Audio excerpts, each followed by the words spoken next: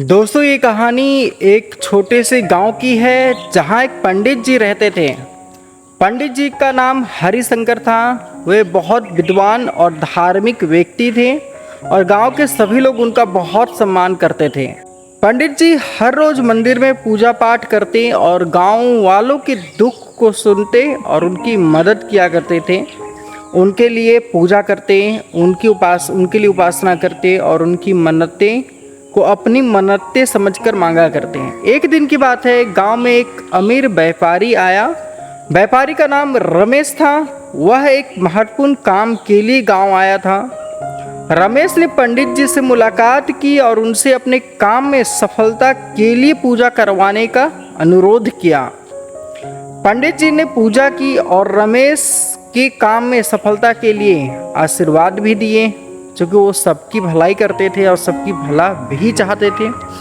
कुछ दिनों की बात है, कुछ दिनों बाद रमेश का काम सफल हो गया और वह बहुत खुश हुआ। यह देखकर उसने पंडित जी के पास आकर उनकी हाथ पकड़कर धन्यवाद कहा और उन्हें एक बड़ी राशि का दान दिया।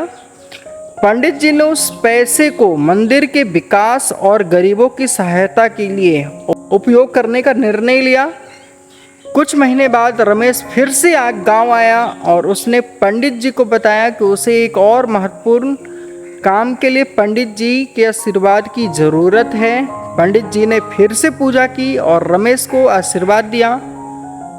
इस बार रमेश का काम सफल नहीं हुआ और वह बहुत निराश हुआ, बहुत गुस्सा भी हो रहा था। उसने सोचा कि शायद पंडित जी ने इस बार सही से पूजा नहीं की और सही से आशीर्वाद भी नहीं दिया, जिसकी वजह से मैं असफल रहा हूँ। रमेश पंडित जी के पास गया और नाराजगी से बोला, पंडित जी, आपने इस बार सही से पूजा नहीं की, इसलिए मेरा काम सफल नहीं हुआ। पंडित जी ने शांति से जवाब दिया, बेटा सुनो, पूजा और आशीर्वाद अपनी अपनी जगह हैं दोनों, लेकिन तुम्हारे कर्म और मेहनत भी इस पे बहुत महत्वपूर्ण है। हो सकता है कि इस बार तुम्हारी मेहनत में कमी रह गई हो या फिर तुम्हारा जो समय है वो अनुकूल ना हो। हमें हमेशा यह याद रखना चाहिए कि सफलता और असफलता दोनों ही हमारे जीवन का एक पार्ट है, हिस्सा है।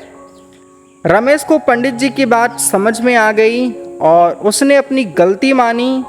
उसने फिर पंडित जी से माफ़ी मांगी और फिर मेहनत से काम करने का संकल्प लिया और वहाँ से फिर चल दिया। दोस्तों ये कहानी बिल्कुल छोटी सी है, लेकिन अगर हम इससे सीखना चाहें तो बहुत कुछ सीख सकते हैं कि ईमानदारी और मेहनत ही सफलता की कुंजी होती है। हमें किसी एक असफलता से निराश नहीं होना चाहिए, बल्कि अपने कर्म और मेहनत पर विश्वास रखकर आगे बढ़ना चाहिए।